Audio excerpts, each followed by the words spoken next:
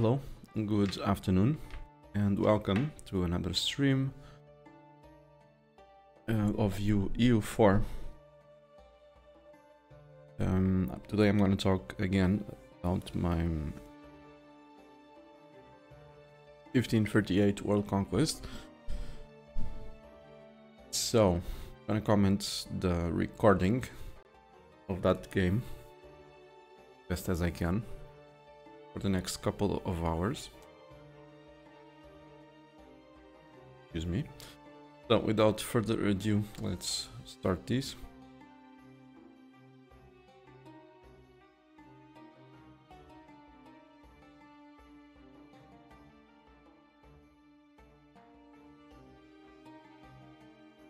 Adjusting the speed to 1.20. Of course, the footage was already going at twice the speed. I'm increasing the speed even more. Anyway, at the end of the last stream, if I recall, about this campaign, people started joining coalitions because the Ottomans, we grabbed the border with the Ottomans.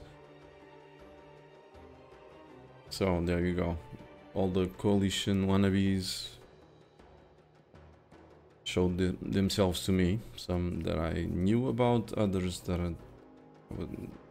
I didn't suspect wanted to join a coalition, like I think Ryukyu.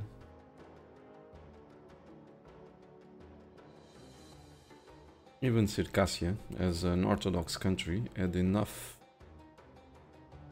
aggressive expansion to join a coalition. Since they didn't join, I'm gonna declare, I think, yep, one less dude to join the coalition. I doubt very, very much that the coalition would trigger, they would pull the trigger, you know. But I need targets. If the coalition doesn't dissolve, it would didn't dissolve, it would slow me down. So with that in mind, even though I was pretty sure that it was gonna dissolve, excuse me,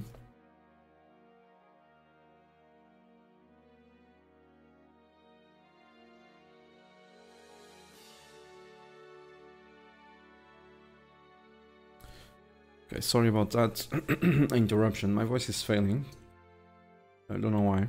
Anyway, like I was saying, even though I was pretty sure that they wouldn't pull the trigger, I need targets. If they're all in a coalition, it would slow me down. So I just declared war. Make sure I would have some decent targets to go annex.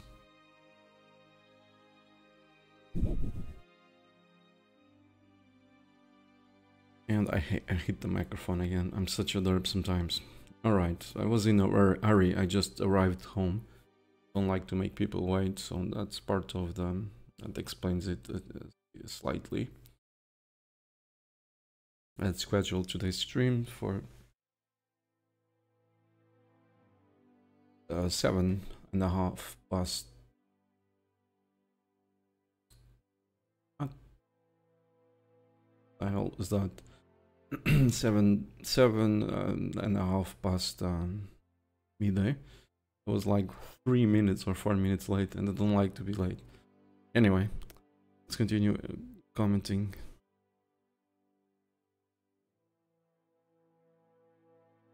So I don't think I don't recall if the Ottomans joined the coalition. Probably didn't, because they're at war or something,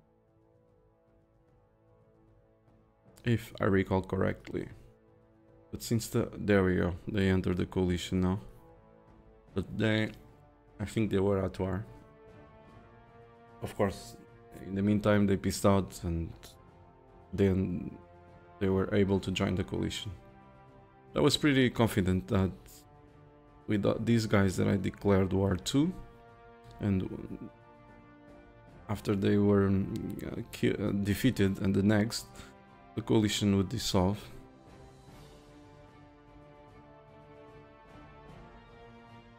Another thing is that I think the Ottomans are guaranteeing one of those small dudes, this guy in gray, right when near that six stack, don't recall their name. So even if they're in the coalition, if I declare on someone that's not in the coalition, I can peace out to Ottoman. Can take land from them without having to fight the coalition. And the coalition would dissolve the moment that I have a truce with the Ottomans. This was my thinking. So I was not very extensively worried.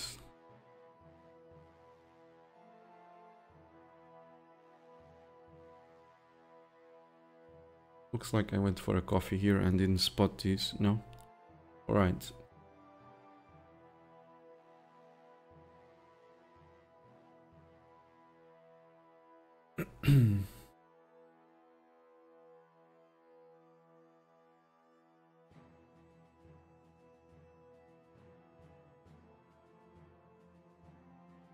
So as usual, I split up the sieging stacks, split them to occupy to carpet siege and my enemies as soon as possible.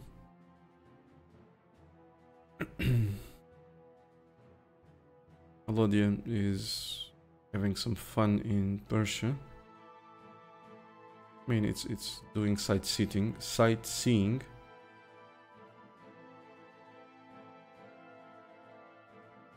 Again, I've been storing Diplo in culture conversions in order to unlock the diplomatic idea group when the time comes, which is going to be January of 1499.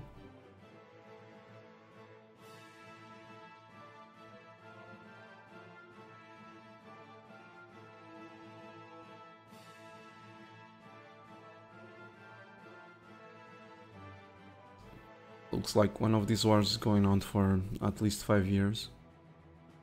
Or over 5 years.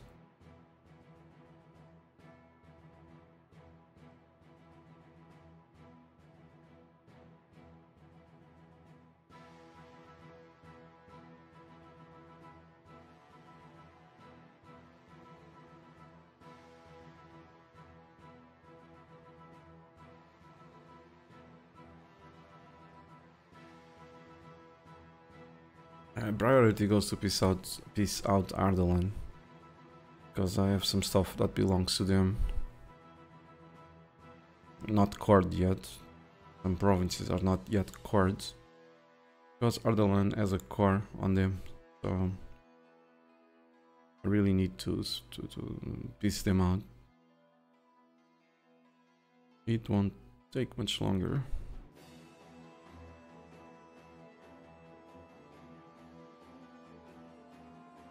If you're new to EU4, whenever we're at war with someone that has a core on a province that we are coring, the coring stops until we're no longer at war with him. And goodbye, 3 stack.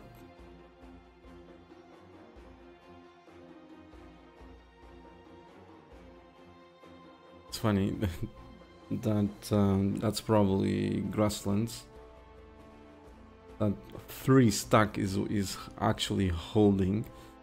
Of course, it's gonna get crushed in the end, die, every single one of them probably, but it's holding for several days.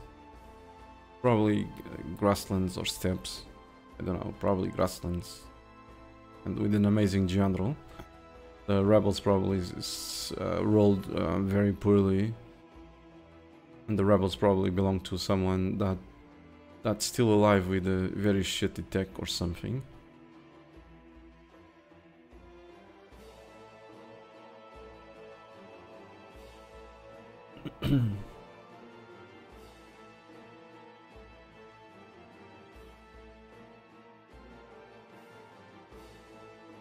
course, we probably don't have steppes there, but probably grasslands. In grasslands, the hordes have a plus 25% shock bonus. There, that's farmlands. The same thing.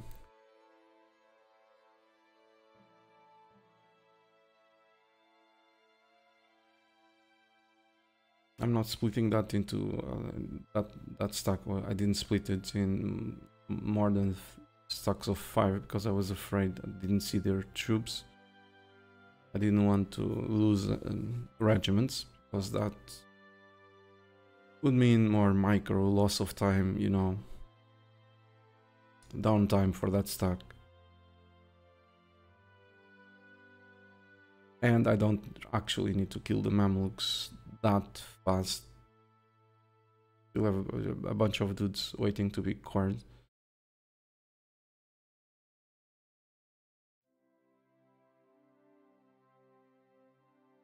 And clear the... reset the culture conversions. I'm running out of provinces. I'm using now provinces that they require only 70 points, which means means it's faster to convert the province, takes less time, so reaching 10% point where we lose 50% of the points is much faster. So I was terrified that I would forget and lose points that I couldn't afford to lose. Hello, Primo Mobile, welcome.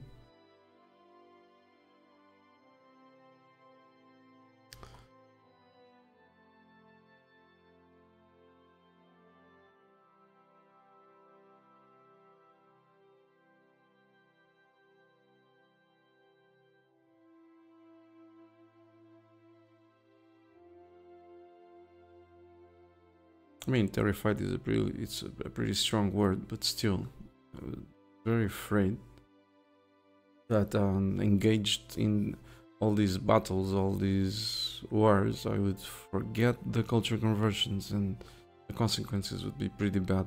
I was like, what the hell, did I fuck up with something? I didn't recruit any cavalry. Did I screw up with some template or something? Or maybe it was the... I don't know, whatever.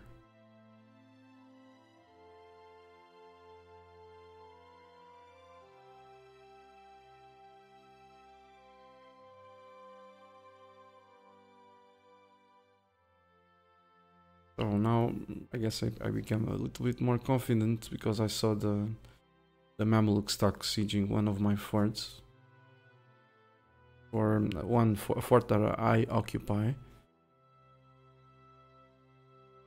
So I was like, oh, that's where you are. So, yep, let's split up, boys.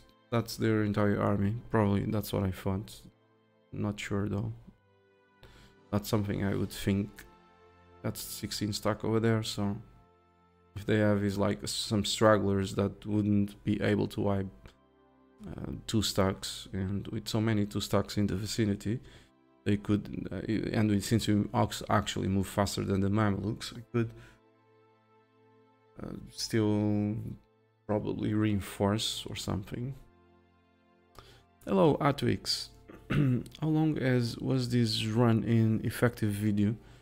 I don't know. I haven't compiled the rest of these. This is these are the last 2 hours of what I have compiled. So this is part 6.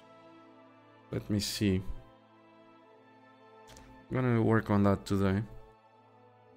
By the way, one viewer commented in and hello and welcome. I will reply to your question in a moment, but I just want to clarify something. A viewer in my YouTube channel said that why am I always so sad when I'm commenting? So I've talked about this multiple times. I'm not sad. I'm maybe tired. For example, today, of course, I had a very busy day, And just to give you an idea, today already went for a run of, between running and walking, 3 hours, around 3 hours, when I did around 25 kilometers. Not much, but it's, I mean, you know, it's a bit tiring. And if it's not that, it's other stuff, and I'm usually tired, so yeah, I'm not sad, I'm just sometimes tired, so it is what it is. It's whatever, let's move on. So I'm never tired when I'm streaming. I'm never sad when I'm streaming. If I'm sad, I probably shouldn't be streaming. There was once or twice that I was actually sad with the problems, but I told you about that. So with regard to the time that is this amount of video that I have, so I'm not sure. I need to think about it.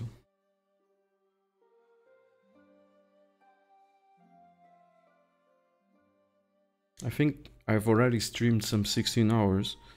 Expect from this till the end of the campaign,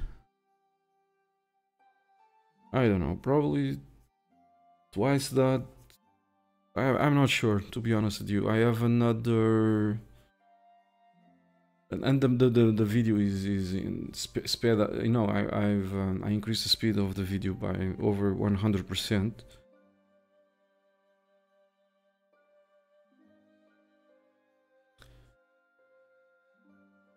You've got a really pleasant voice, if you ask me, says Primo Mobile. Thanks, I'm glad you like it. Thanks for the compliment. I think it's your accent. It has intonations that might make you sound tired or depressed. Yep. But sometimes I'm really tired. Today I'm not actually that tired, but I'm slightly tired.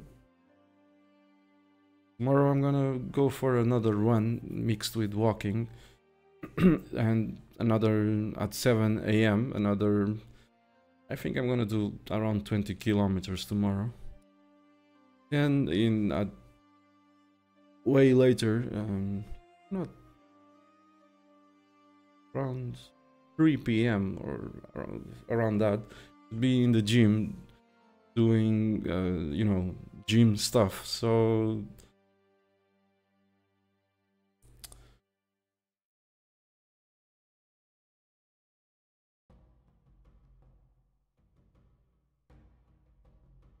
the fuck, what do you say? You're crazy. No, I'm not crazy.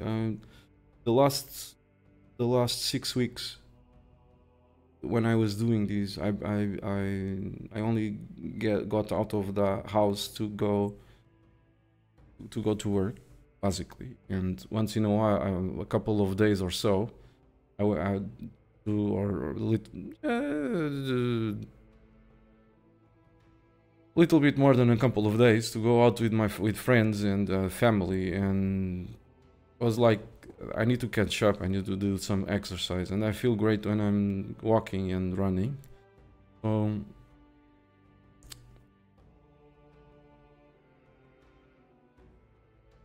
Alright, let's continue commenting about this. Just wanted to again, I'm never sad, or almost never. It's like in many thousands of hours playing, that happened very few times, and the viewers ended up knowing, because I told them the reasons. So let's continue here. Over here, this is important. I'm increasing the local autonomy in these provinces. Damn it, I should have paid attention. But I think it's something that I know, that yeah, that's what's going on.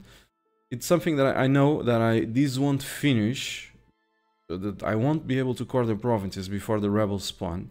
Whenever that happens, I don't give a damn, and I increase the local autonomy. special, but that's not always true. I'm doing it here because this is a very crappy land. This is 3 development, you know, absolute shit, and doesn't justify fighting 40,000 rebels or something because of them. So I did these multiple times and I'm gonna keep doing it because my coring cycles went. I had the vast majority coring with 7 months when I became the Golden Horde. For now it's 8 months, but there was always like at the very least 100, 150 development, is sometimes a little bit more, 100% development, that I had to core without being primary culture. So it took 14 months to core. Under those circumstances, I increased the local autonomy. None of this is going to become a state. This is not in territory, in occupied, not trade company territory. And of course, whenever possible, I only increase the local autonomy after coring to be able to state, you know, increase the local autonomy and state, because that ends up giving a little bit of force limit. But when the provinces are so shitty, I don't think it. And I don't have troops to be running around zombies across the entire map. I have to do it. Okay, let's look at the chat just a little bit. Is it that easy to beat Ming in early game? Yes, it is, as Janzu is. It's pretty easy. Oh, but you're talking about this campaign. Go watch the first video of this series. It's here on Twitch and on my YouTube channel. You'll see how I dealt with Ming, but it is extremely easy to beat Ming in the beginning, as any, especially Janzu. So beating.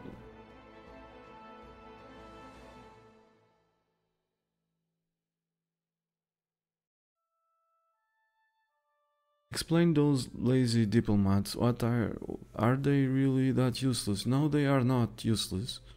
Quite the opposite. They're not doing anything because there's nothing for them. Oh, excuse me. I just ate and you know. So let's continue. They're not useless. The thing with the diplomats is that I'm always needing them, and I need them to be free. It's absolutely pointless to improve relations when, for example, you're extremely overextended. It doesn't actually improve relations. So if you have like 700 overextension, which is not the case here, but just saying that improve relations, it doesn't. We don't improve relations because overextension decreases the I mean, we cannot improve relations when we're extremely overextended because it cancels out our ability to improve relations with someone. And like the efficiency of the diplomats is extremely reduced to the point of being negative or something, but it doesn't. We don't improve negative, but if we did, we would actually be worsening our relations with them. Then I need them free. There's the traveling times. I need them free for really important stuff, which is to sign peace deals and declare wars. And yeah, that's it. The lack of diplomats delayed me quite a bit. I always had one of the big. Okay, I'm at war with Ryukyu. Yeah, I declared on the coalition. I think that's when it was very small. Just 2 guys. So I'm at war with Ryukyu. I'm gonna send a dude there, or I'm about to go to war with Ryukyu. One or the other. So I'm sending a stack to go kill them. Like I said, in other videos, one of the biggest bottlenecks for this campaign with regard to the speed of conquest was at some point, or many times during the campaign, the lack of enough diplomats slowed me down. 1 month, 2 months, 15 days. When at the end of the campaign this all adds up. And when I became stronger with more armies being able to fight more wars at the same time, the problem becomes even bigger. And a lack of enough diplomats slowed me immensely. Another thing that's also slowed me terribly was the limitation of only 1 war per year, per month. I could have declared more wars per year, per month, this would have ended faster. But there's a limitation of just 1. So let me see the chat. So really don't need. You really don't need to do anything special to beat Ming. Okay, that's not for me. YouTube. How can I find your YouTube channel? Okay, thanks Ectrain, and hello. Hello Ectrain. Ectrain already posted a link, but there's also a link on my over here on Twitch, my main page. There's a link for YouTube amongst other stuff.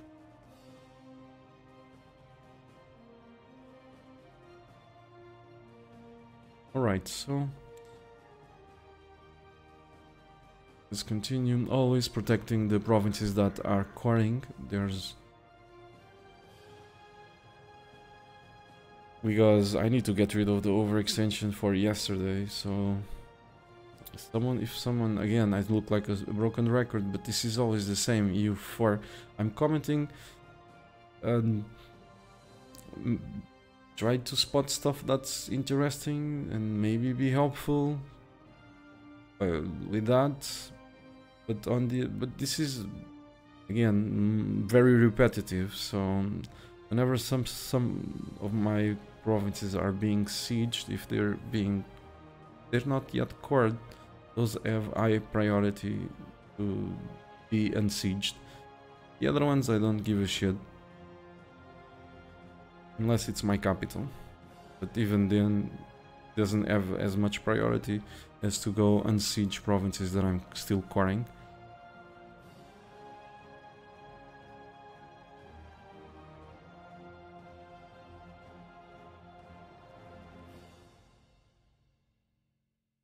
Okay, I'm still trying to convert provinces because, like I said, the next age requires us to convert, if I recall correctly, between 10 and 20 provinces. I think it's 20, but I can't recall. So that's one of the objectives. So that's why I'm converting, or else I wouldn't bother because it just generates unrest.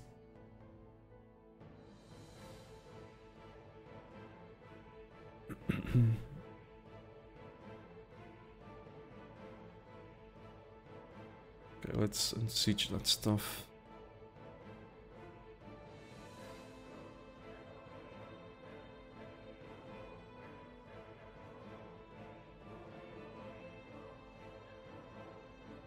I'm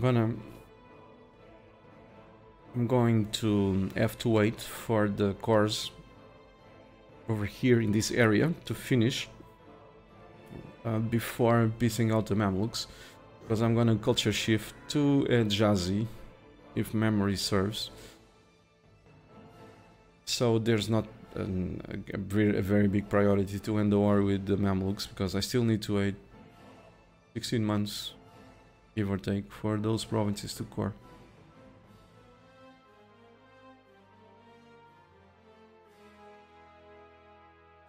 Alright, Nightbot is lying. I'm not playing at very hard difficulty. I always forget to update the Nightbot. It's extremely useful, but also requires some maintenance that sometimes I forget. This was played at normal.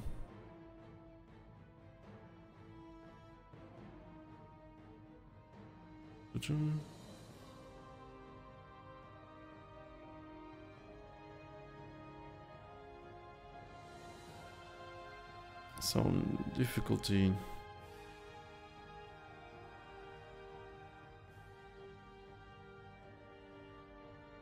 There we go, Nightbot. You don't need to lie again. So where were we? Time to demand points for the manpower from the tribes. So, and to increase their loyalty. I usually do both at the same time. Guess I didn't bother this time around. I may be looking for prestige. There we go. I was losing so much money there, and nah, I cannot spend money to grab prestige. I'm gonna wait for the pistols.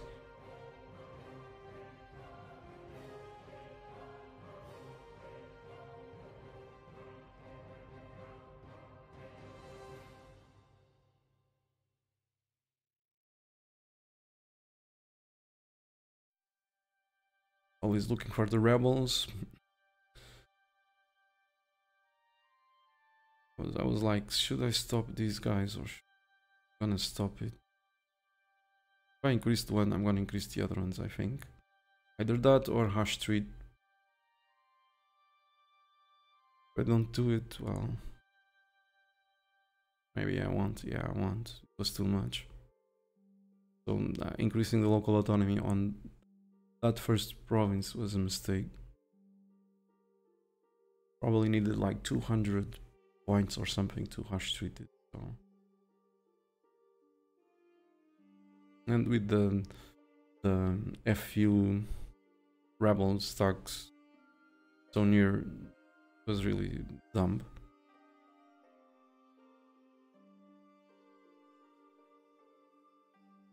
So finally got to Alodia.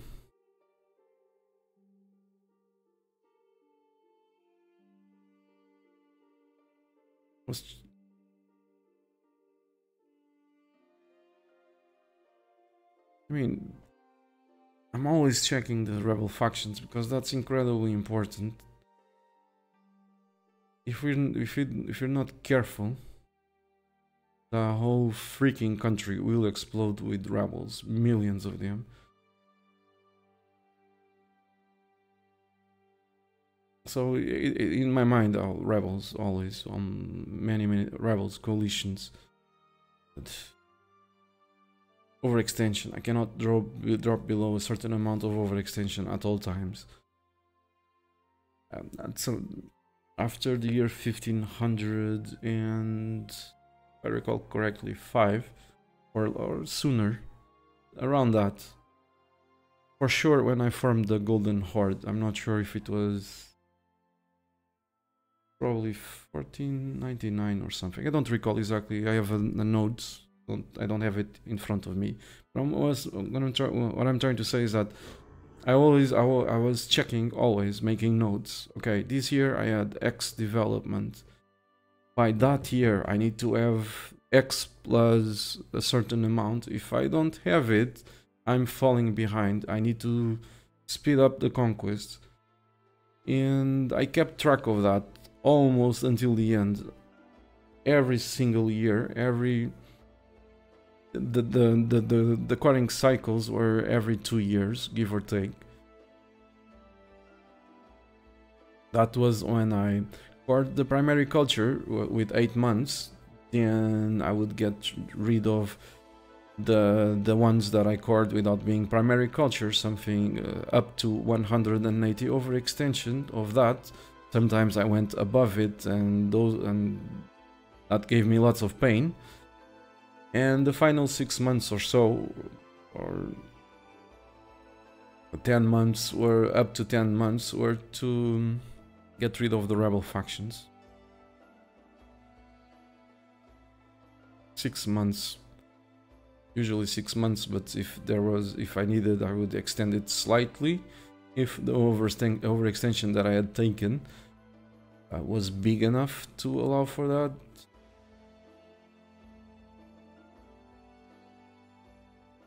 Hello Tip, welcome, nice to see you here today.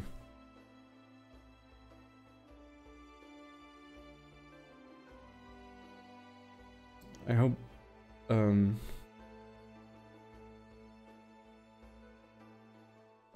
don't know, was it, never mind. I was gonna say something a bit silly. Oh. Anyway, it's not silly. I was gonna say that it's been a few streams that you didn't come, so I was like, is Tip bored? But I have nothing to do, you know, just it's silly. I don't, none of my business. So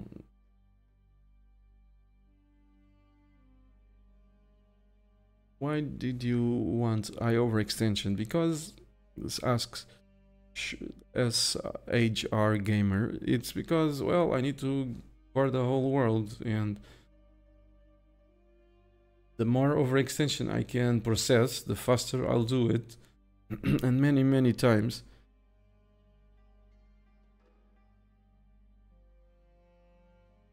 Yeah, I guessed that. I guessed it. Anyway, like I was saying, I lost my train of thought. So the faster we grab overextension, the more overextension we grab, the better, as long as we don't explode with rebels. So the more overextension we can process, the faster the campaign will end. It's a shit ton of stuff that it's needed, and we need military, we need all these resources. We have to manage them in the best way that we can, and well, I have a plan to get rid of the overextension without dying. That's basically what I found with this campaign.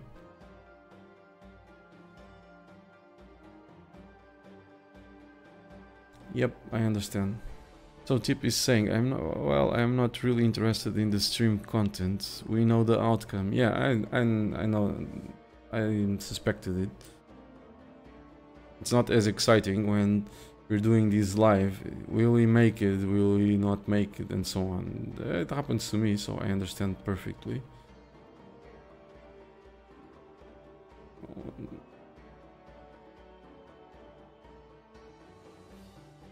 On the other hand,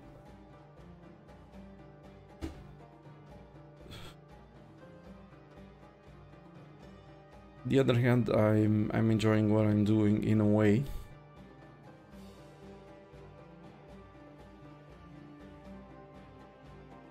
Right, again here it's to deal with the rebels, state,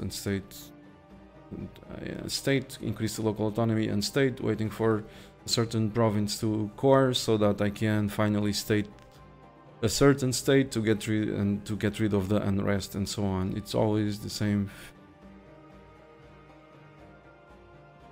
But it's gonna be fun to see the recording when I have like 600, 700, 800 overextension and I don't die in the end.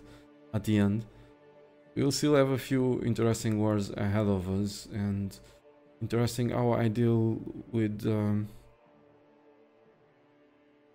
the difficulties.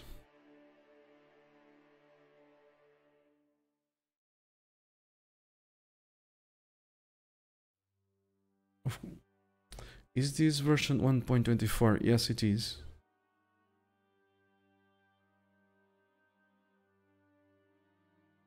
Yeah, I understand, Tip. Don't need to justify yourself. And again, it was a silly question.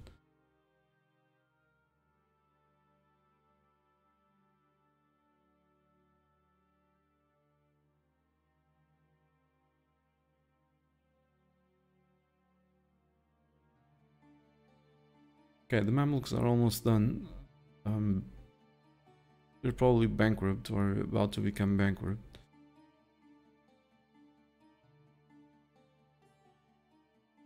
Maybe I'll still play a bit of EU4 today. I don't have more videos about this campaign right now ready. It's just a bunch of loose files on my hard drive. Some of them 5 minutes, some of them with 10, some of them with half an hour, some of, you know, some of them mere seconds, when like, okay, I'm gonna do this, well, not sure, stop recording, think about it for a while, you know, lots of pauses. So I need to combine all of that in an editing program, timeline, and convert them to 1 hour episodes or something, or 2 hours. All right. Like I was saying, I'm gonna convert to Ejazi with to Ejaz culture, and that's going to give me the ability to core the Ottoman, the lands from the Ottomans and the Mamluks extremely quickly.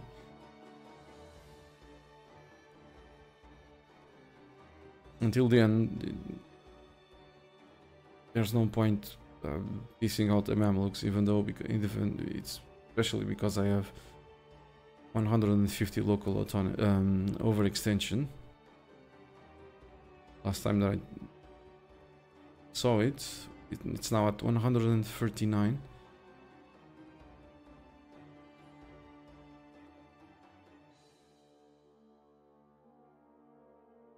And the fort's giving me a hard time. 71% with breached walls.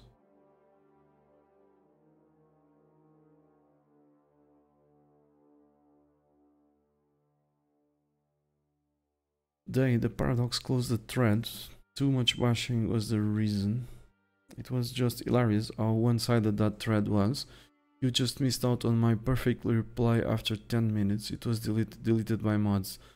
Yeah, I didn't see it, but I suspected you had written something of the sort, because the me in the team, I think he quoted your part of your post, and a bit can still be read. I didn't understand why the thread was closed, because the mod said we need to breathe for a while, and when that happens, they usually reopen the threads. By the way, we're talking about a thread in the Paradox forum that Tip opened a few days ago about Iron Man mode and how to make it, well, more like Iron Man mode instead of, well, safe scumming mode like it's being used. So the discussion about that, and yeah, that's what we're talking about. And it was a very one-sided thread where almost everyone downvoted it, you know, like, I want to keep safe scumming, it's my game, let me play it the way that I want it.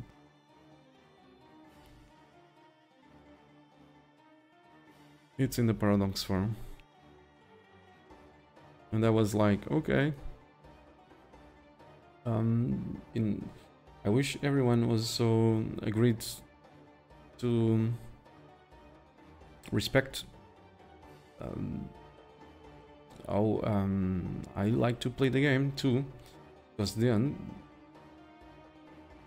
some players stopped.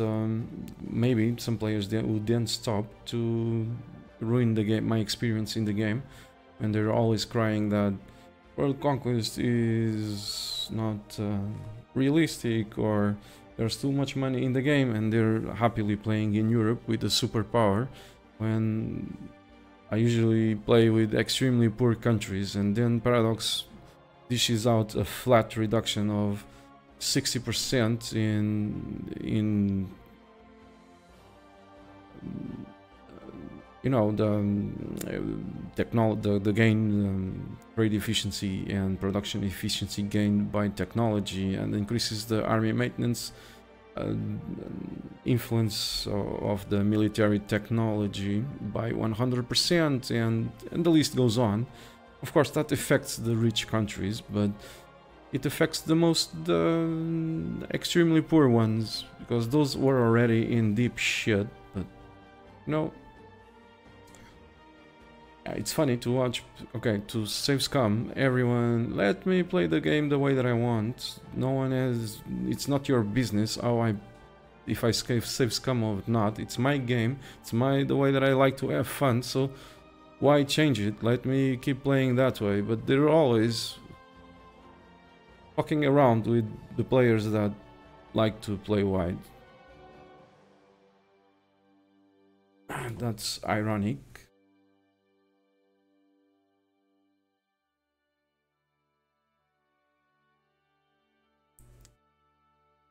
Is it true that aggressive expansion is not capped in 1.25, so you have a worldwide aggressive expansion? It's been like that for a very long time now. At some point, I don't recall exactly which patch. Here we go. I'm looking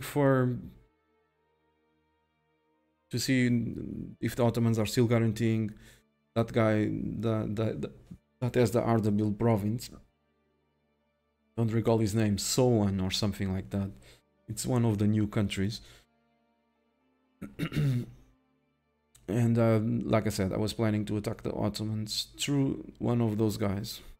But yeah, the coalitions, worldwide coalitions, we can have a worldwide coalition if you're not careful. And it has been like that for many patches now. At some point, if someone with the same religion that we were, of the dude that we were killing, or dudes, if it resided in another continent, he basically wouldn't grab any aggressive expansion. Now there are still some attenuations from the distance, but it's almost like the dude was next door, almost. You know, there's still enough. He still gains enough aggressive expansion to be able to join a coalition really quickly if we're not careful. That's why, if you want to expand fast, we don't go attack in every single direction. You know, that's, in my opinion, that's a pretty big mistake, at least early on. We need to tackle every single religious group at a time. When we're done with one, we attack the next, or at the very least have truces with all of them. Because if the military is not big enough, our military is not strong enough, what's gonna happen is that we won't be able to you know, a truce is about to run out. Oh shoot, my stacks are tied up in somewhere else. So a truce ends, then quickly followed by another one, and the stacks are still busy finishing some wars, and then when you know it, there's a gigantic coalition on your doorstep. So keep that in mind. Alright, this is the first war with Kiev. At this point I would not be able to take anything from them because the game won't let me. If I recall correctly, I'm gonna cancel his alliances or something along those lines. Or I'll let him keep the alliances on purpose. No, I'm gonna let him keep the alliance on purpose. I was thinking, well, this is a smaller country. Allied, if I recall correctly, with Lithuania. This has good double peace potential, so I'm gonna let them keep the alliances. Or if they're not allied with, I think it's Lithuania, I'm gonna let him keep the alliance so that later, when I have a border with him, I'll use him for double peace. So there you go, it's Soran.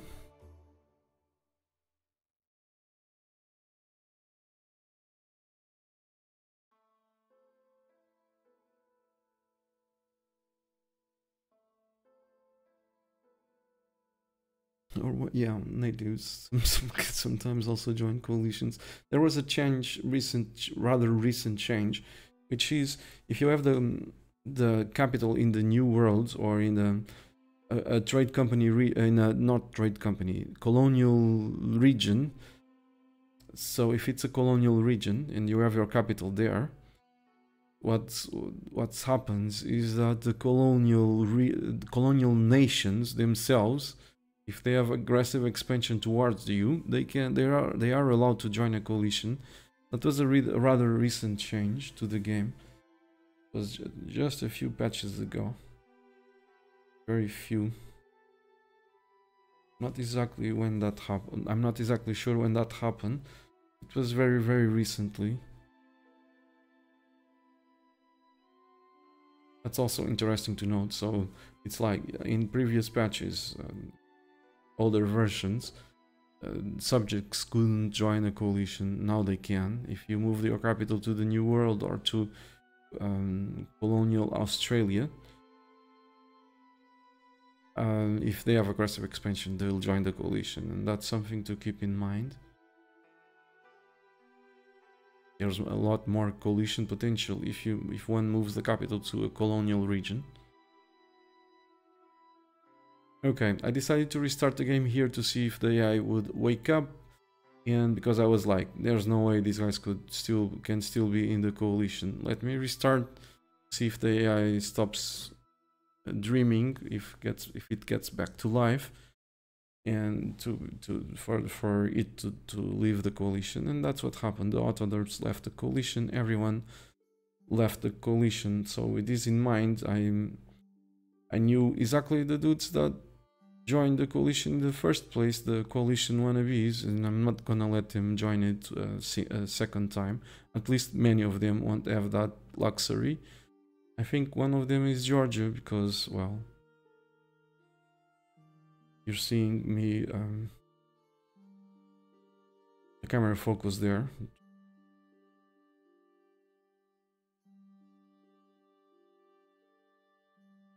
Is this 4 times the normal speed? No, it's 240, give or take.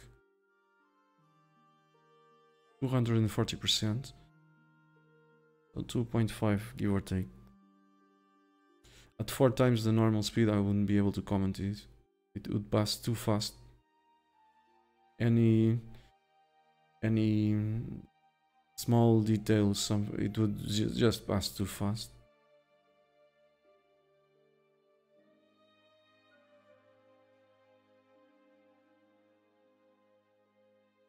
At least for my abilities. So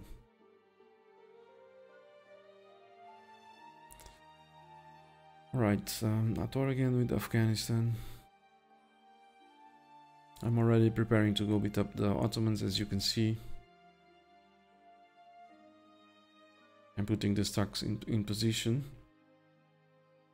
But first I think I'm gonna defeat... No, I'm gonna declare on the Ottomans pretty soonish. The Ottomans, by the way, are allied with Muscovy. So that was a pretty big block. Pretty big and annoying alliance that I had to dismantle. And the way that I thought of doing it was to declare on that, like I said, that small dude, and fight the Ottomans without making them a co-belligerent. Because, you know, I would be wasting... It would be counterproductive otherwise. If I declare on the Ottomans and make him a co-belligerent, then I would have to go fight also at the same time Muscovy, pretty gigantic country, and both of them combined have had at this point in time probably enough troops to give me a hard time. At least to slow me down, and I didn't want that, so one at a time. I was gonna do a double piece anyway.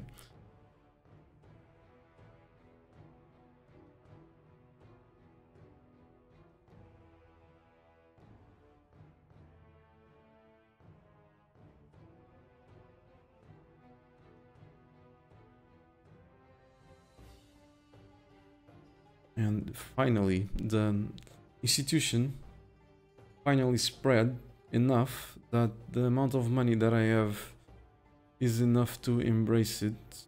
This was extremely good news at the time.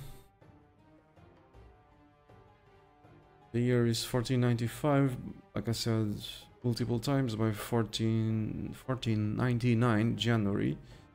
I'm going to grab my third idea group. That's gonna speed this up quite considerably. Because I'm gonna grab an extra diplomat. I'm gonna grab 2 extra diplomats, but on top of that, I'm gonna reduce the war score cost of the provinces by 20%. Diplomatic idea group is an amazing idea group for people that like to world conquest. So my standard idea groups for world conquest as a horde are always these ones. So humanist ideas, not necessarily in this horde. In this campaign, I grabbed administrative ideas, followed by humanist ideas, and a third idea group, diplomatic. Once in a while, at specific times, I also grabbed exploration ideas to explore the world and at least colonize or one province, and send the colonists to some places to grab CVs. It seems you were extremely efficient. It would not be easy to beat this time. I know you are modest about it. Thanks, Tip, but I think it's possible. And as we speak, there's probably already at least one person trying to beat it. I don't want to brag, but what I'm gonna say is that I've devised a strategy that is very efficiency. I don't want to have all the credit for myself, because barbecue for the win was an important inspiration because of the Kyoto exploits and how we devised it. So that was also a very good inspiration. So I don't want to take the whole credit, but what I want to say is that my world conquests have been used to, because they're on YouTube, as benchmark, and my strategies to, well, do speedruns and try to beat my record. So I've showed a very effective way to do it, and I think people are going to see these, and well, I can improve here and I can improve. I mean, you know, there's a base strategy, modesty apart, a very good one, and then people can improve it further. So if I wasn't doing these, then probably, and I didn't disclose how I did it, probably it would take more time for people to beat it. But since I'm being totally open about it, the chance is real. Because, like I said, I could have done better than these. At the very least 5 years. I also have some plans for, at least the early stages in my mind, for a 1500 world conquest, year 1500. So if this gets beaten, if I feel like it, I can probably beat it again if I feel like it. But this is very demanding. Why are you cancelling the culture conversions to start over again? It's to start the Diplo. If the culture conversions go above 10%, I lose half the points. And the reason why I'm doing culture conversions in the first place, it's just to keep the points around, to fill the diplomatic idea group in one go.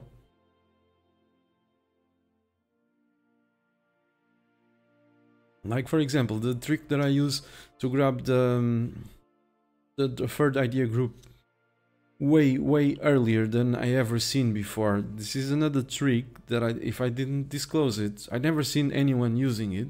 I thought of it myself, and I used it before, when I did the Kyoto exploit thingy. I was like, if I was smart, I would have embraced the institution only when I was ready to, you know, when that would enable me to grab the the admin tech way ahead of time, and I kept that in my mind for my next attempt.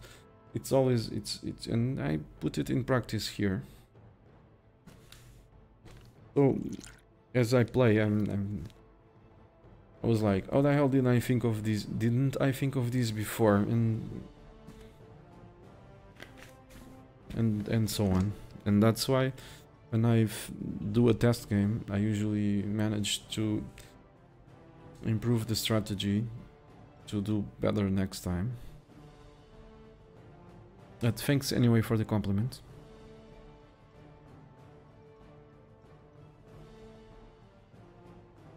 I'm pretty sure there are plenty of good players out there, so pretty sure this is gonna get beaten. I don't think this is gonna last 1 year, just like my 1579 World Conquest that lasted. I held that time for around 1 year before someone else beat it. With my help too. Of course, he was very good. He's a very good player, agnostic, but we talk a lot, and when he had any... I mean, whenever I was able to help, I helped.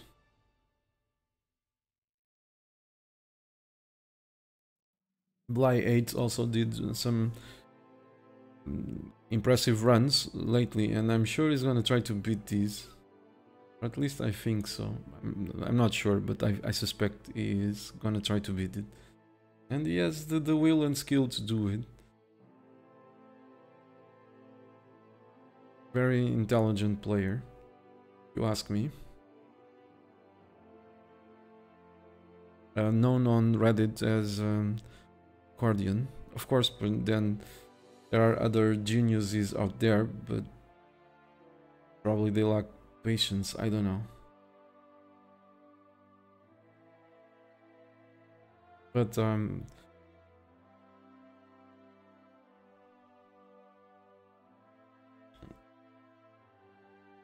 I mean, let's change subject, I guess.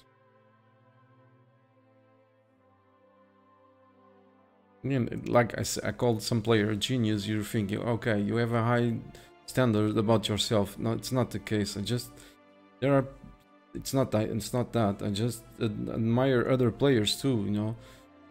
They come up with some stuff that, I mean, they're really smart. I'm not saying I am, but surely.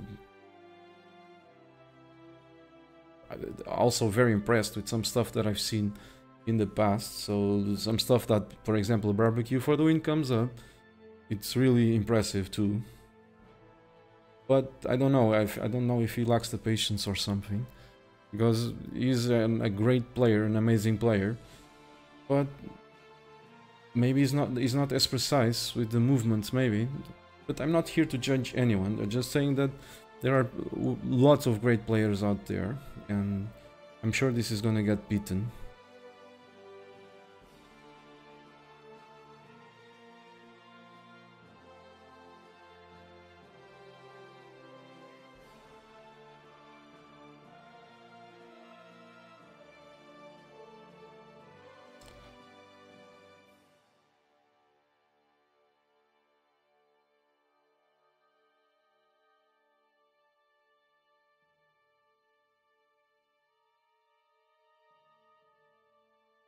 Your strong point is you can think out of the box. You did the same with Hearts of Iron 3, like that.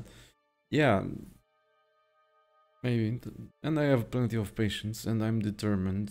If I can say, I think the two most important things is I'm determined and I am patient, and at least I can see the whole picture in my mind. When, okay, I need to do this, I need to do something, and I'm like, okay,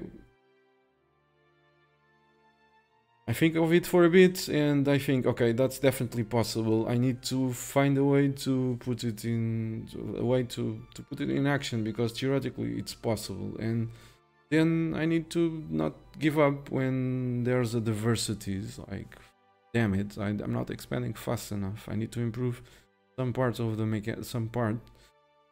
And of course, there's this exploit by that was, I think it was Floriori that found about it, and also had a very important role in this campaign. So don't want to forget to say that. I've said it before, but just want to say it again.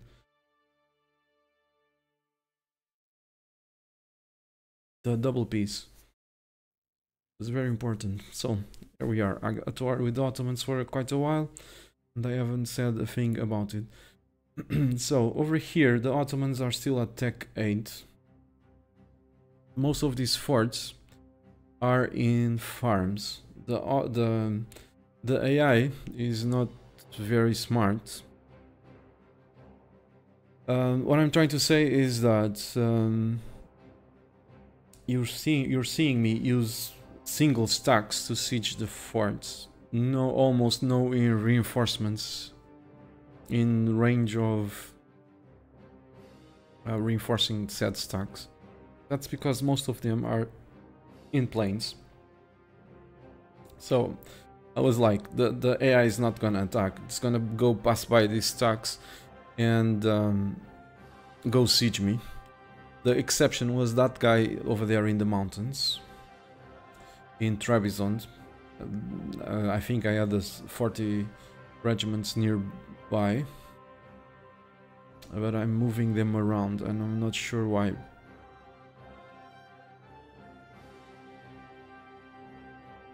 This is a superiority war goal, so I want to force battles to grab the war score. So Muscovy just joined the coalition, even though I basically didn't annex anything from Christians yet.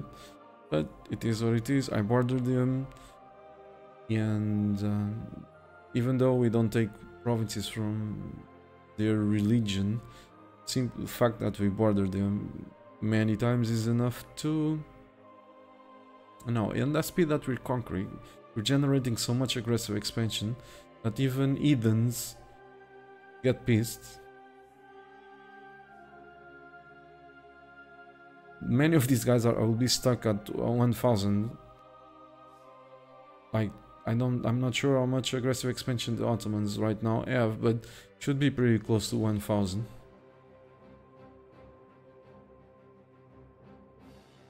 They would probably end up with thousands if the game didn't cap at 1000, but it's irrelevant. This guy just became exiled. It happened to me a few times. I'm not sure exactly why. There's some bug. I had stacks in enemy territory. When I declare a war, the guy gets exiled, and he was in enemy territory, so he shouldn't end up exiled. But that happened a few times. Not many, but just a few. That I was scratching my head thinking, lovely, I just found another bug that's gonna slow me down a bit. And another fort bites the dust. So I was worried because of that, not any longer.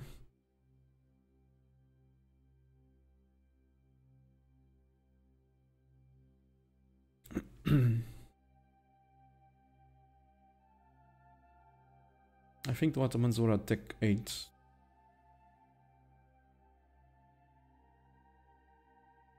You see that list pretty small. It's because I've been killing them all. A while ago there's a gigantic list, and I'm killing them all in order to start another religion group, a religious group. You see? Okay, I forced that battle.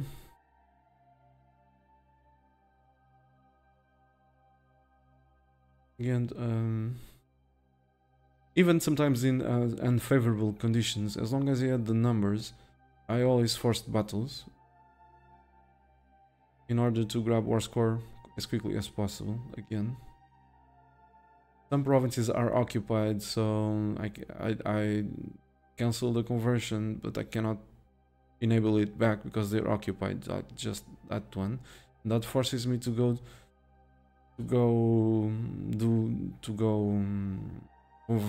convert, culture convert smaller provinces that only need a few months, very few, to actually reach 10%, which makes my life even harder.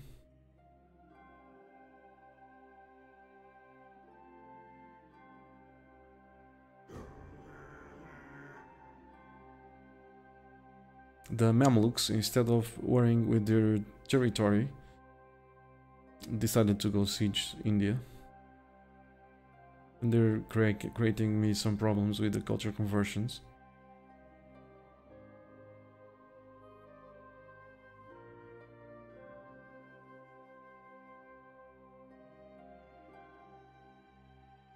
Okay, everything is at 0.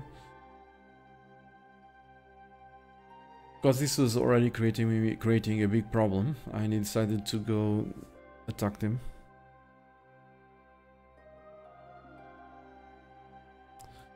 Okay, let's see the chat again. Just a thought, in how many years would you approximately complete the both better than Napoleon and Mare Nostrum together as friends? I don't know. I said the other day that I never played as friends on the forum, but I did play it as to do the big blue blob, but very hard. I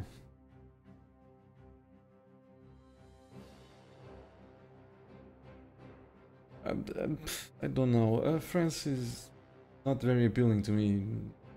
I never thought of it. Sorry. I have nothing against France, it's just one of the strongest countries in the world with very boring ideas for me, for my style of play. So, just like Portugal. Portugal is not as strong, but their ideas are so bloody boring that I don't feel any will to play them. So, I don't know, I'll do it pretty fast. If I put my mind to it, if I manage to conquer the whole world as a horde by 1538, I wouldn't take much time to do it as France. I mean, it's different, they don't raise, but still, I would need 300 years to do it.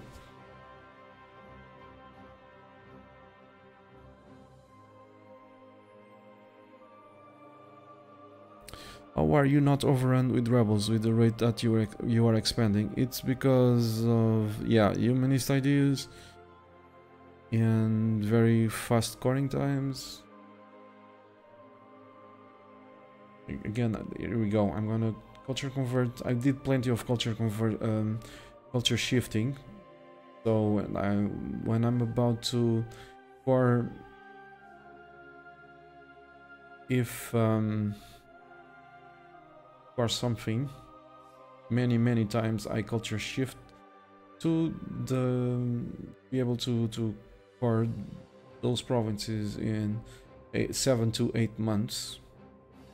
Right now I core them in 8, but later I'll be coring them with only 7 months. And then, well, I'm very experienced. I've been increasing the local autonomy after the coring is done in most places, and I've been using the edicts, the feudal de jure edict that reduces the unrest by 5%, and then I never take more overextension than I can handle. So lots of things. That's a very complicated question. One thing you can be sure, if you watch the videos, this is the 6th part, I talk a lot about it, and you learn some stuff about how you can handle with the overextension without failing to rebels, without collapsing. How and why do you have those many generals? Asks Kurubara. It's because as a horde, we can raise. Raising gives monarch points. So when you raise like thousands of development in a very short amount of time, you have a shit ton of points that that you can convert to manpower. In the case of military, you can harsh treat, you can do artillery barrages, or you can have or you can have generals, lots of them, to be able to give one to each one of your stacks, and with that increase their security and their efficiency, both at fighting and also at sieging.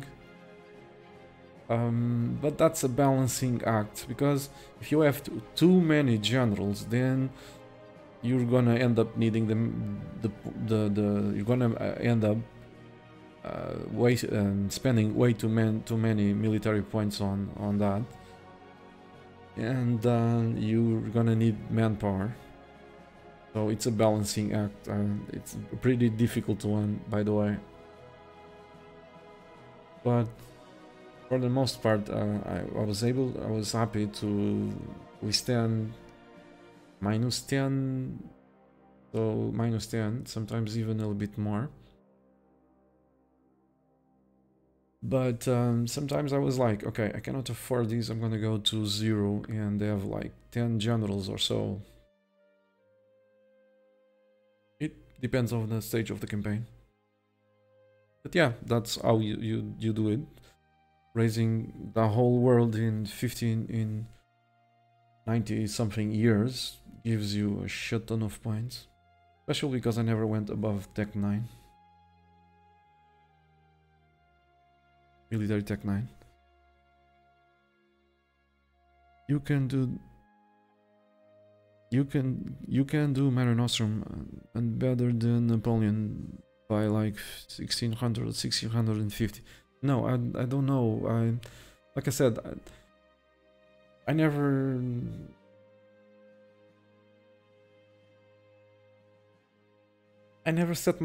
thought about it, so I cannot give you a date because I never thought about it. I'm not exactly. I think better than Napoleon is to grab some provinces in Russia or something along those lines.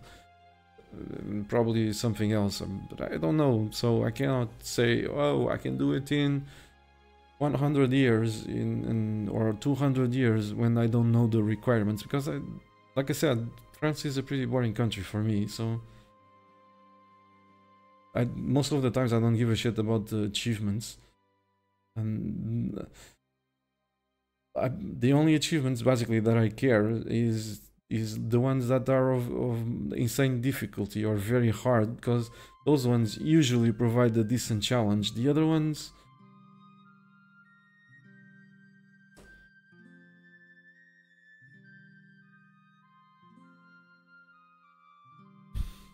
alright. Being annoying. I haven't cored that. That stack was being annoying.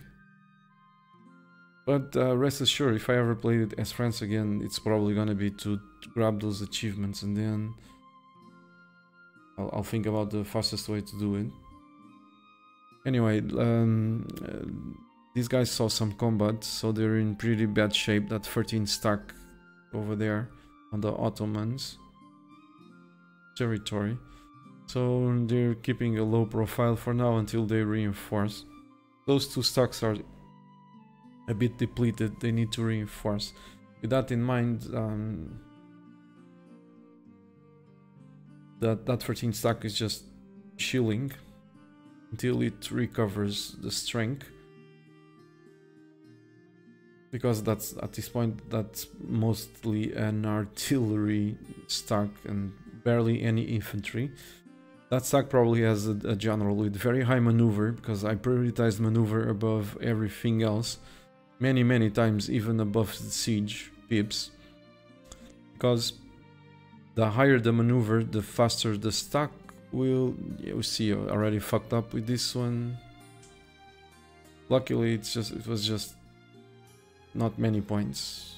But like I was saying, in enemy territory, the stacks, if they suffer losses, they have a very small reinforcement rate.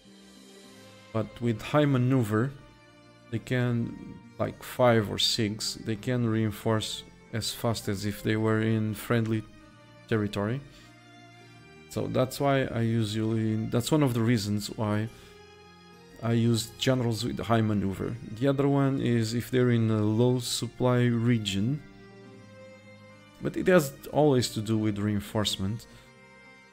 It's reinforcement because of being under strength and they need to go back to full strength to be more useful, or reinforcement because I don't want the stack to lose men, and that would make it weaker and cost me money. If you can always reinforce the attrition losses at the tick of the month, those attrition losses are free. If we're talking about mercenaries, we're talking about regulars, still free money wise, but costs manpower anyway. So, but you know, maneuver is good. And the Golden Horde being a dick again.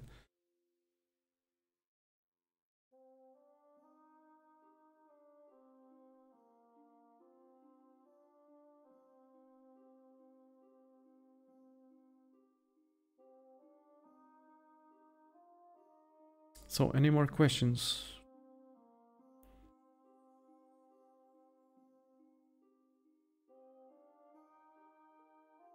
Marco, do you have the 3 mountains? Yeah, I do. A couple of them. One of them at very hard difficulty, and the other one at normal with player bonuses, because I wanted to show off an exploit back then. But then like 1 year ago or something, or less, somewhere along those lines, I don't recall, 1 year ago, give or take, I did one at very hard difficulty. One tag with no exploits, or what most people wouldn't consider an exploit, because that's very subjective. The term exploit changes according to the point of view of each one of us. So I cannot say that I didn't use exploits when the guy next door thinks that by playing better than the AI I'm already exploiting. So it's, you know, I have to play just as bad as the AI not to explore the AI, you know. It's, I don't waste time with that.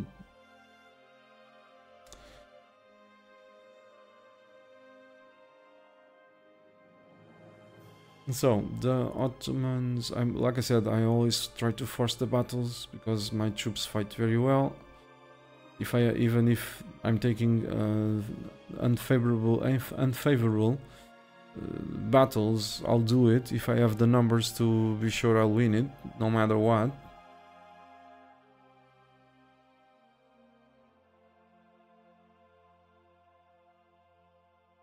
Yeah, you're laughing, Raphael, but that's true. Through the years, at least one person, if not more, but at the very least one, I remember vividly, was saying, everything that the AI doesn't do is exploitive. So you can only do things that the AI does. If you do something that the AI doesn't do, you're exploiting. So basically that translates to playing as badly as the AI. So if the AI, you know, the simple act of playing well or not as bad as the AI is an exploit in the mind of that particular gamer. So yeah.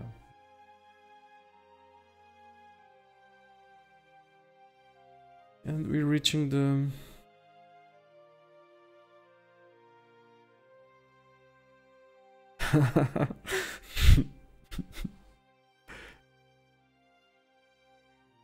Some people say stacking coring cost reduction is an exploit too. OP, says Atwix.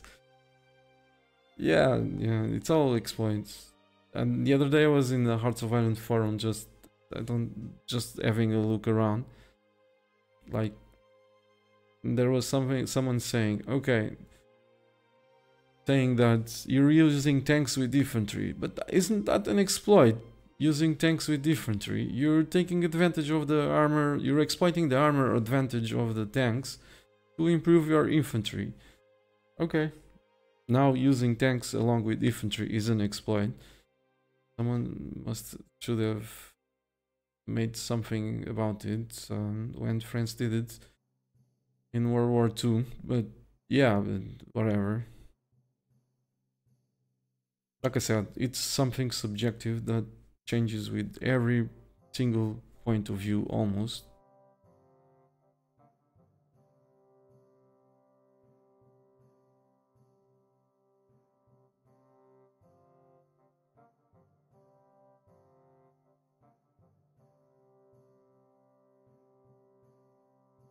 If you know, German doctrine was tanks plus infantry. Yeah, then every single the Panzer divisions had an infantry complement, but true, they followed behind, and but yeah, what can I say? Motorized infantry, mechanized infantry, and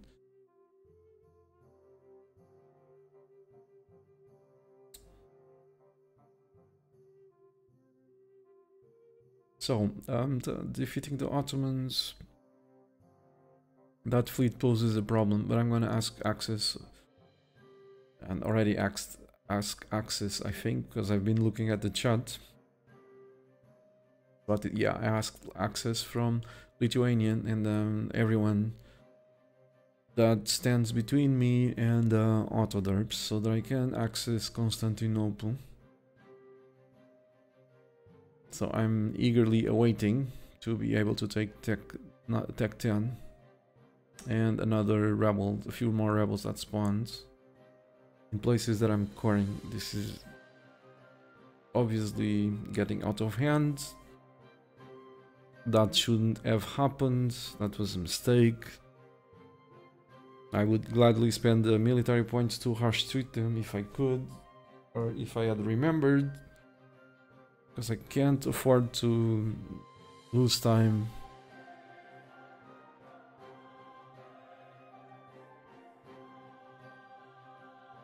Ottomans run into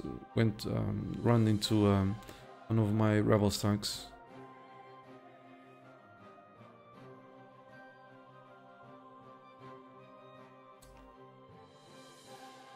That military access, or those military accesses are costing me Diplo points.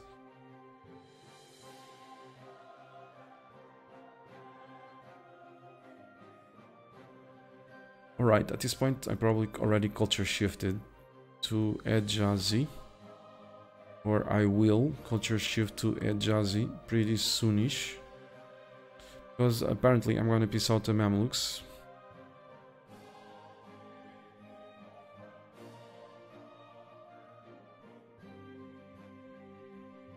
Any tips on how to not go crazy when dealing with a lot of rebels when trying to world conquest? Yep, I do have a few tips. Watch this campaign, you'll know how to avoid rebels. I mean, what you're seeing here, you're seeing some rebel stacks, but at the speed that I've conquered, you should have seen many more. So I really advise you to watch these streams, because if you watch these streams, you basically can avoid the rebels. But in a nutshell, one of the most important things is grabbing humanist ideas, a theologian, and not take more overextension than you can handle. And but there's more. So now if I keep replying every time people ask me that very asked question, I won't say anything else. Don't want to sound rude or anything, but I'd really advise you to watch the videos. I talked about it many times. You see, I'm right now increasing the local autonomy to not have to deal with the zombies, but I don't always do this. Many times I wait for the provinces to core in order to not make them nearly useless economically speaking. Then I use the feudal de jure edict without, you see, I'm using it right now to try to overcome the rebel sentiment thingy if at all possible. If it was not possible, then screw it, the rebels would spawn.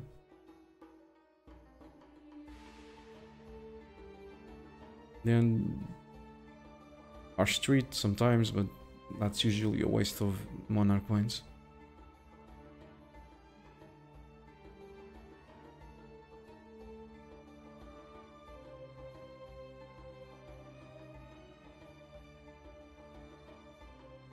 You can't increase autonomy anymore after 1610. Yep, it says SC Mega Jeep. You're right, but this ended by 1538, so I still had many years to be able to do these. So until Absolutism comes around, we can do these. After Absolutism comes around, there's a workaround to be able to do these.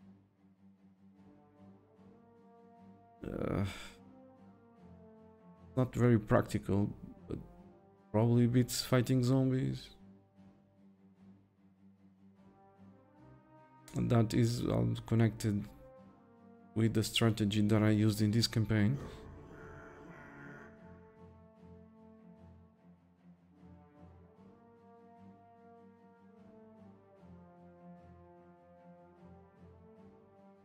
The main point is to have no unrest in the provinces without separatism if you are overextended. Yep, that's you look at the unrest map mode, you zoom out, see your entire territory. You look in the provinces with the wrong religion and wrong culture, and you see the current unrest. If it's, you see the modifier, if it's like, it has a -8 modifier, it's minus all modifiers considered, you still have -8, so that means you can have safely, if you're not hit with any overextension events or other stuff like a ruler dying, you can safely take 160 overextension. But in this campaign, I took it to the next level, and using also that as a baseline, because like I said, when I'm coring provinces, I had a base overextension that couldn't go above 200, give or take. Shouldn't, because if it was going above 200, it would slow me down. If it was above 200. The best would be actually 170, 100, along those lines. Because those were the provinces coring slower. That would take more than 10 months to core. So those would take between 14 to 16 months. So because those take very long to core, rebels would actually spawn. So it's important to do what I said. Have a look around to see how much unrest you have in wrong religion province. Excuse me, with the wrong culture, non-accepted culture, and use that as your maximum overextension at all times, unless it's like just for a month or so, but you're taking chances, lots of them. Then if you can core before rebels can spawn in under 10 months, then you can go above whatever. You can pick as much overextensions as you'd like. That won't give you any rebels, because when that overextension is gone, the base overextension of say 200 or whatever you were allowed to take won't actually make your country blow up with rebels. You see, I'm at 120, and most rebel factions are all going down. The only ones that are not going down, it's the rebels, the zombie sentiment event. This one. freaking annoying.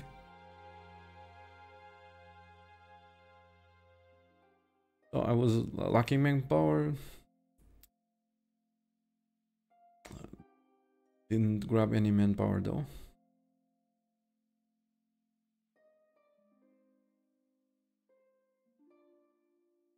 So yeah, you see, the balancing that I was talking about. It's really unpleasant when you don't have manpower, and on top of that, you don't have military points to fix the manpower issue. So yeah.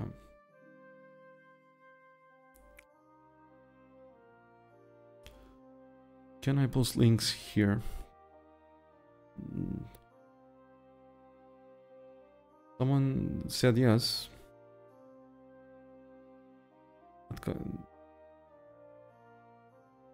Okay, budget mount video. Sure.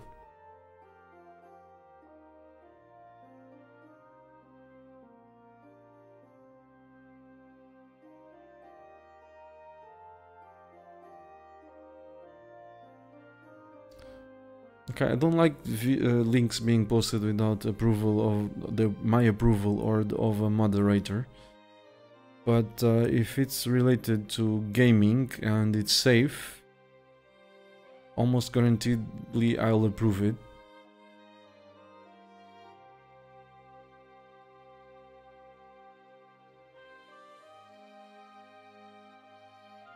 Okay, the Ottomans are almost done, but might still take a while. That's what I was checking. And we're reaching the end of this video. So if you have any more questions, you have like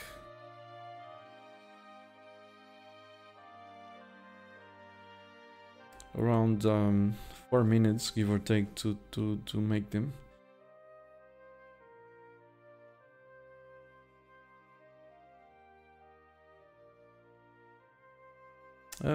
Let me see, what time is it?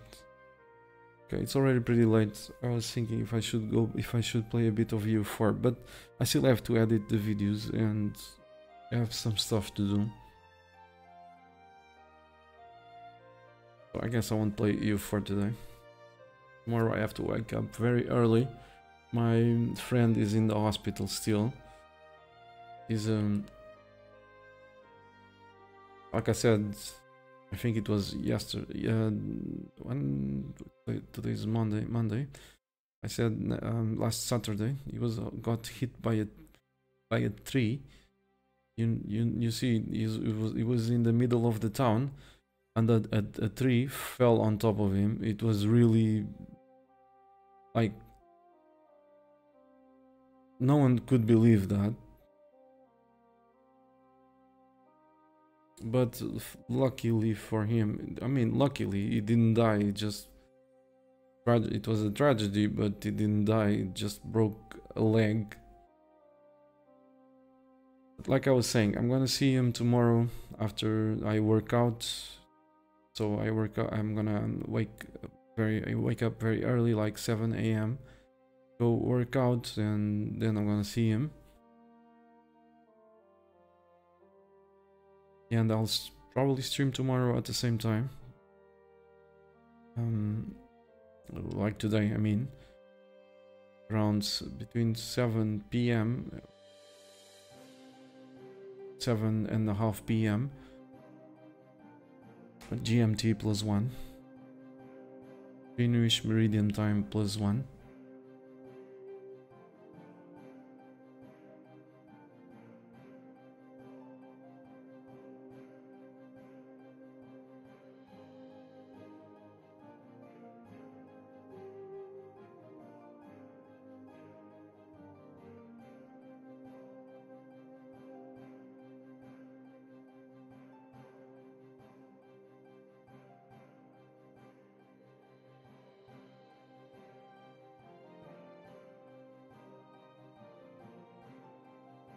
Okay, that was the Always event, right? I was looking at the chat, wasn't it? I decided to go back to see it. This was the first time that I had the Old Ways event in this campaign, I think. No, it's so never mind. I had I was when the Old Ways event popped, I was like, okay, I'm glad to see you, but I wish you had popped much sooner, because this would have gone way faster. And now that I don't actually need you that much, it's when you pop. But you're welcome. You know, more mana points are always good.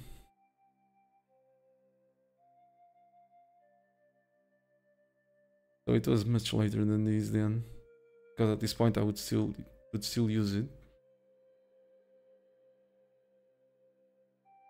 But I can't complain. I was very lucky with the ruler and the ruler traits and some stuff that happened during the game, like